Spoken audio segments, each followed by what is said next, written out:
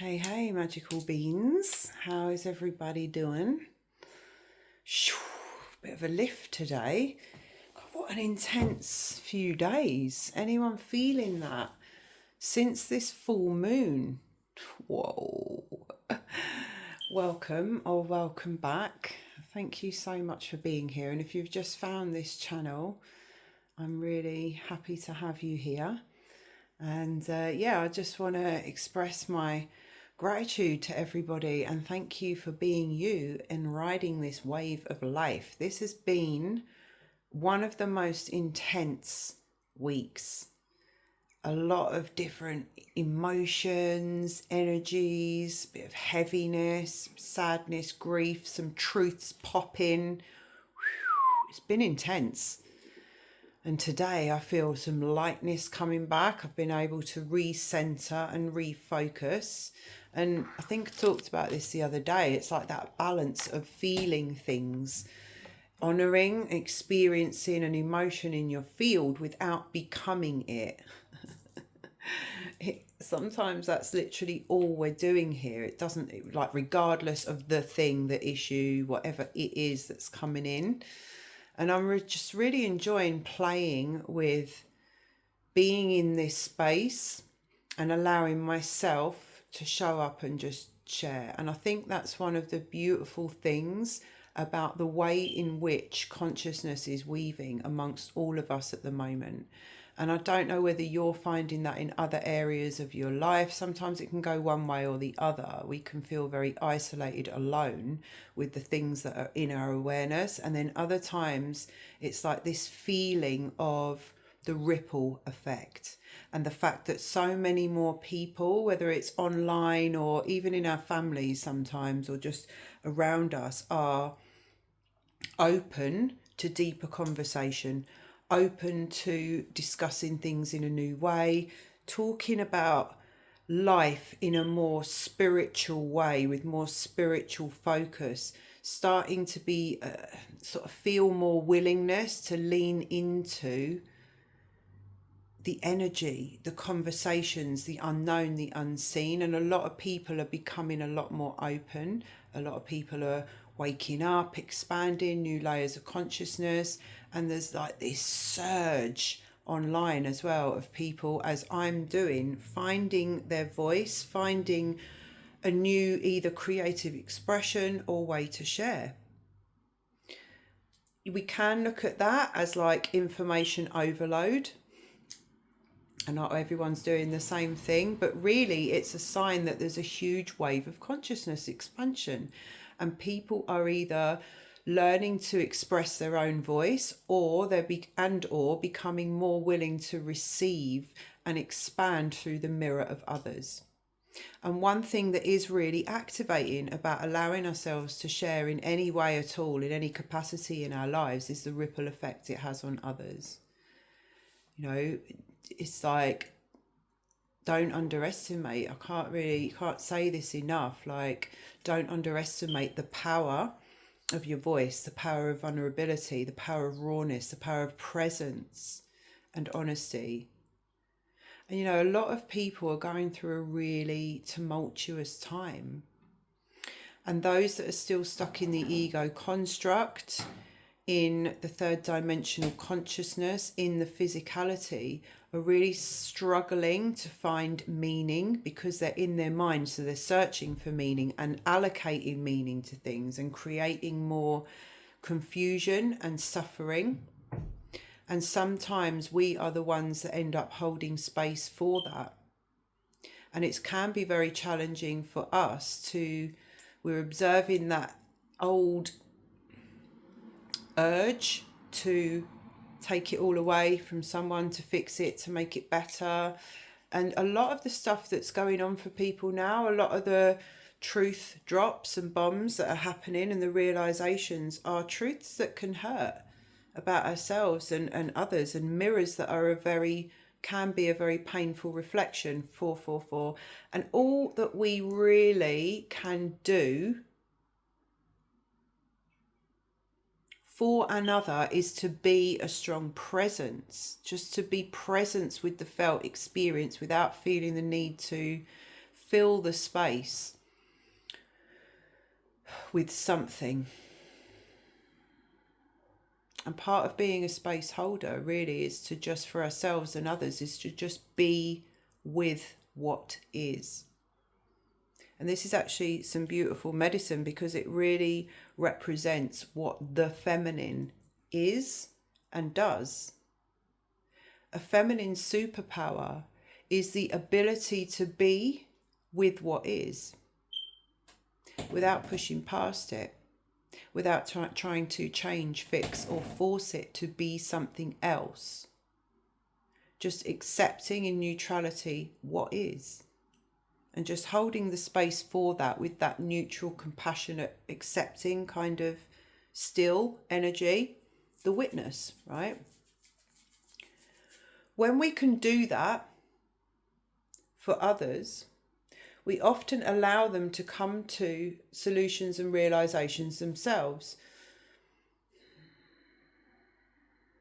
When we can do it for ourselves, and I feel like this is a practice that is very, very important, because we're building up capacity, right, as women, to hold more of ourselves, to hold more truth. So it's nurturing the feminine, dropping into, people talk about this, oh, we've got to drop into our feminine, we've got to learn to receive.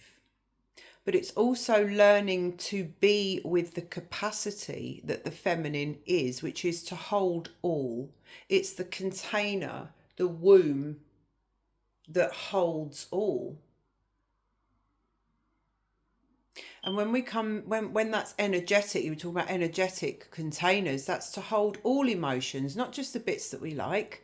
It's to hold everything and just be with what is. Because when we can come from that really still, accepting, sort of neutral, powerful and strong space of witness, when you accept completely what is, then that is the space that a solution can then be found.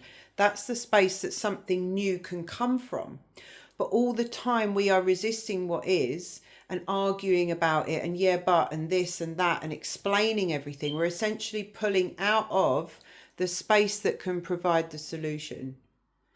So it's very, very interesting, this process of receiving and the feminine is a very multi-dimensional allowance and learning of different aspects of how that functions, and how we can allow ourselves to be that, how we can embody that.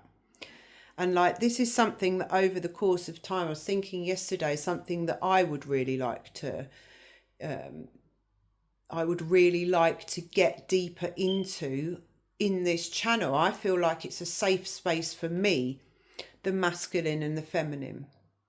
It's such a multi-dimensional, multi-layered, energetic thing, energetic like presence, reality, construct, concept. And it's woven into everything. It's the essence of God. But to the human, and because of everything that we've gone through as men and women, it can be very difficult for people to separate their personal experience from the issues, the conversation. It can be quite challenging for people to expand their consciousness and get out of the defensiveness of it. I've dipped in and out because I've been on a very personal path with this myself. It's the crux of a lot of our healing, is the inner relationship between the masculine and feminine energies and how that plays out in our life. And that's what the rebalancing is collectively as well, rebalancing the masculine and feminine principles of God and taking out everywhere that there's control, manipulation and old energy, and allowing that natural restoration, which is the divine justice. But this, we all play this out within us as individuals, and it can be challenging as humans to rise above the blame, shame and guilt and the defensiveness. And I notice when I start talking about anything to do with men and women on Facebook, there's always somebody that wants to get defensive. There's always someone with a yeah but. There's always someone who can't, is determined to hold on to the polarity of it, to make it personal and to stick into the men, women, backwards and forwards. And that is a space where we have always been. It's a space that just bats backwards and forwards with an argument. There's nothing new coming from there. But what it does tell me is that in that response, there's still a need for personal resolution. And this is our personal healing journey, isn't it? If we still have a very deep need for a resolution, where we still feel like there's an injustice personally, and we still carry the energy of blame, the energy of victimizer, the energy of guilt, shame, projection, wounding, expectations, spite, all this stuff that's the old dynamic between men and women. Is very interesting when we start to open up a conversation about it in a new way, a conversation about how we move forward as humans in a new way, a conversation about what it takes to really bring in the true healing in an individual way and a collective way of these energies that have been pitted against each other for eons. There's very deep wounding on both sides. So somebody has to be essentially the bigger person that says, do you know what? I forgive myself and I forgive you. I understand that it was way beyond us, and I am willing to lay down the parts of me that still want to lash out, but what I realized is it is that resolution. When we can do what it takes with our personal journey to find peace within our own experience and understanding with the masculine feminine dynamic, find a higher perspective, then we can release the old energy within, and we can start to have conversations where we reflect more understanding, more acceptance, more compassion. But that's not a flippy floppy wishy washy. Again, it's not an indulgent thing. What I've noticed is within that there's an enormous amount of strength, and actually it's a tough love that we have to come with, because we don't then want to loop into placating the again. I've noticed that when one sex tries to come with this sort of understanding, again, if you're trying to match the old energy in the opposite sex, if you're trying to explain things, justify things, we're not here to explain ourselves. People either get it or they don't. They either match a frequency or you don't. So I don't ever, if I say something about it, I make my statement as a divine feminine. It gets spoken, and that's what I release. That's my contribution. That's my truth. I'm not then available for explaining myself, defending my position, and trying to prove anything or argue about it. No, done. And when I find that energy there, I'm not available for it, because it immediately tells me that mind, that construct, you're still in that old construct, okay? And this is the energy that must be released. So for us to come and find a new space in conversation, find a new space in deeper compassion and healing with the opposite sex. So we must recognize where we're carrying the defensiveness and the wounding within.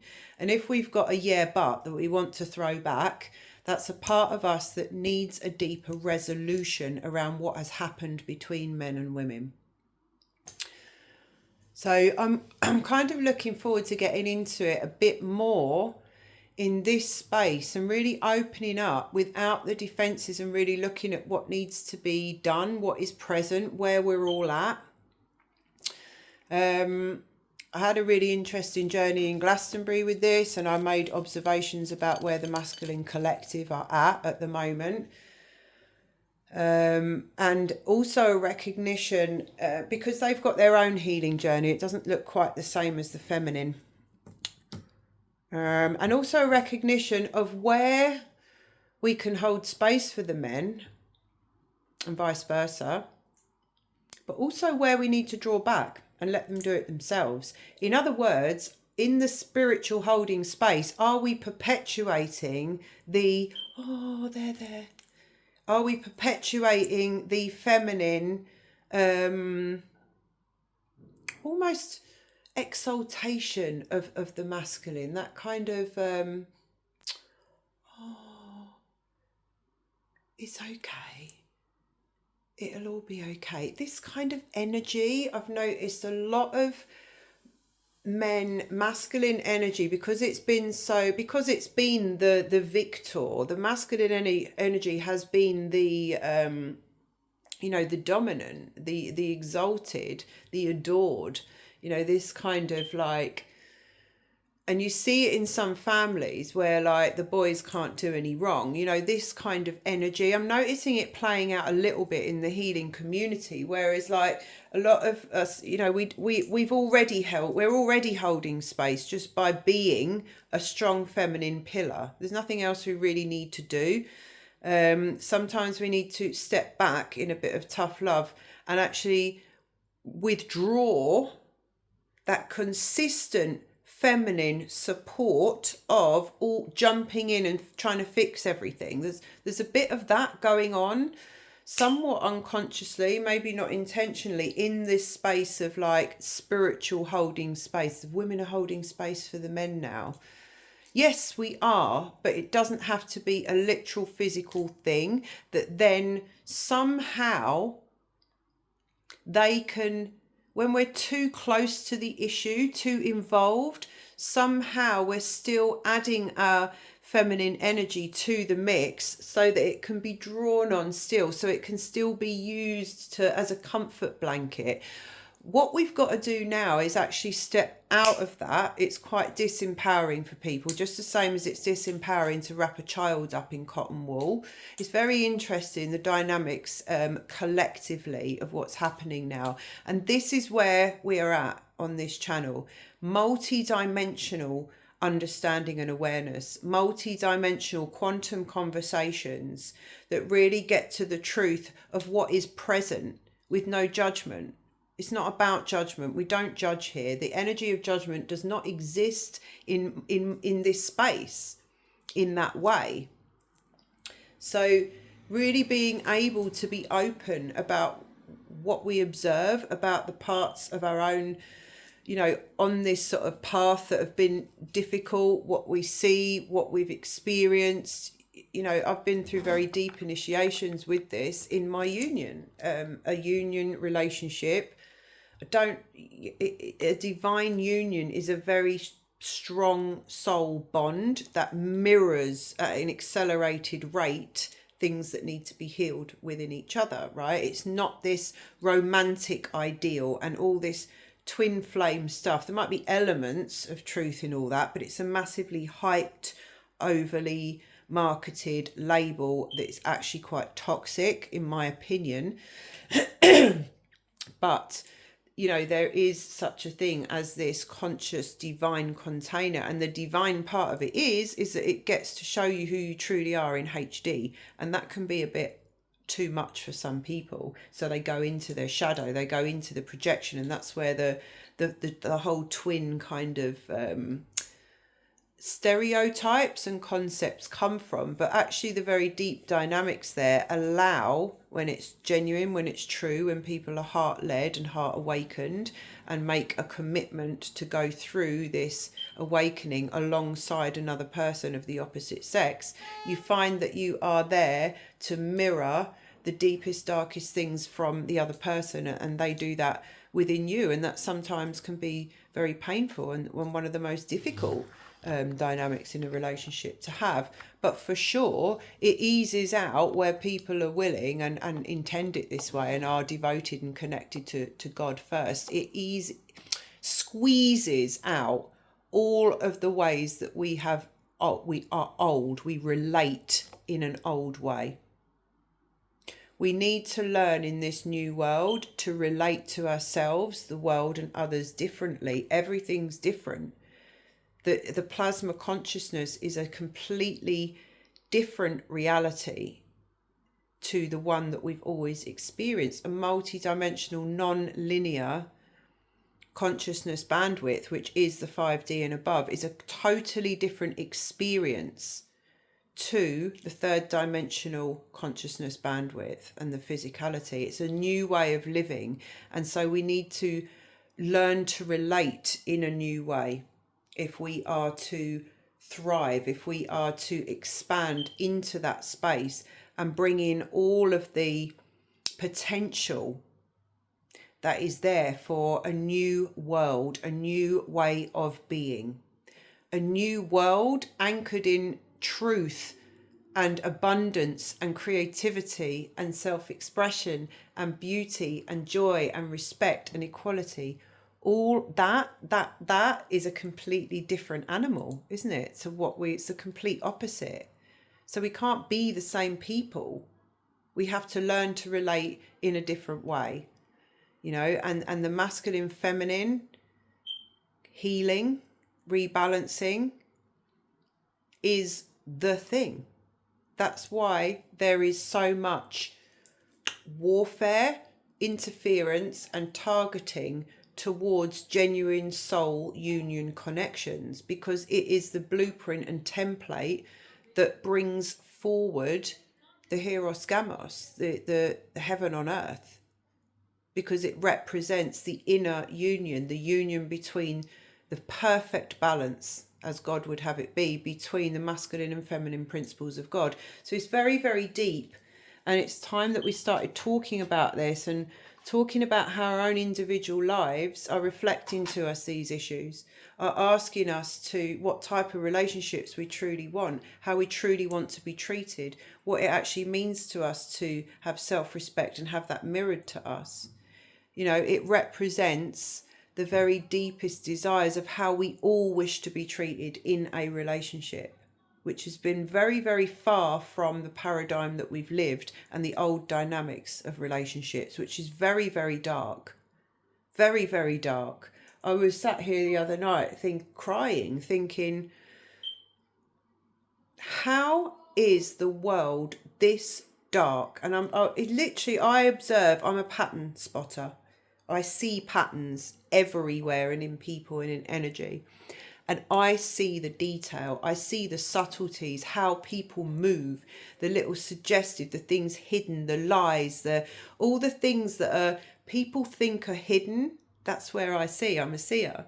And I'm like, how the fuck can this world have been so fucking dark for this long and everyone's been convinced that's normal? How has this happened? It's crazy, because when we really think about it, and we're all being forced to look at it in some way, because now the pus is at the surface, isn't it? The wound is open, and all the infection and the dark, all that's been bubbling under has to come out for the healing. And this is what a lot of the chaos and the icky energy is, and all this stuff. It's all so visible now, but really it's always been there. And we have been convinced that that was the way to live. And then we wonder why everything's so toxic, and people's bodies are toxic, and people's minds are polluted, absolutely polluted with fear, paranoia, shame, scorn, jealousy, hatred, absolutely putrid. So this is why it's imperative that we work with our mind, we bring in our courage, our transparency, and be really willing to look at the things which will not be hidden in the shadow for much longer. There is nothing that's hidden now. I keep thinking of when you're a kid. When you're a kid and you're like, I'm just going to do that because no one's looking.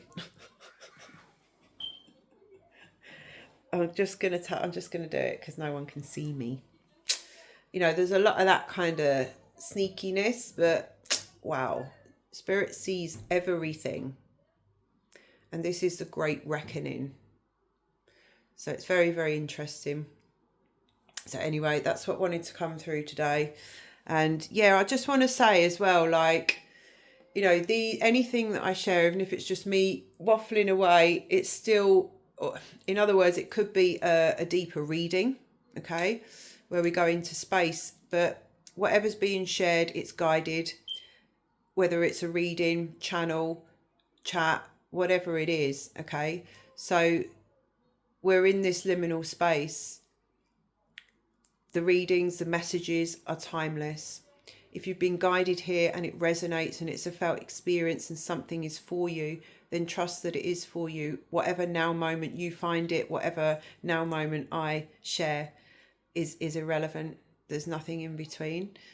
So just trust that that's for you. If you do get some value and you enjoy this in any way, it absolutely lights me up to know that. So please hit like, do leave a comment. If it's not for you, if it doesn't resonate, then that's perfect. Just leave it for who it does resonate for. Or if you think of somebody who you think would benefit from the conversation, please do share and let's just roll together.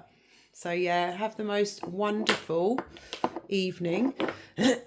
And yeah, till next time.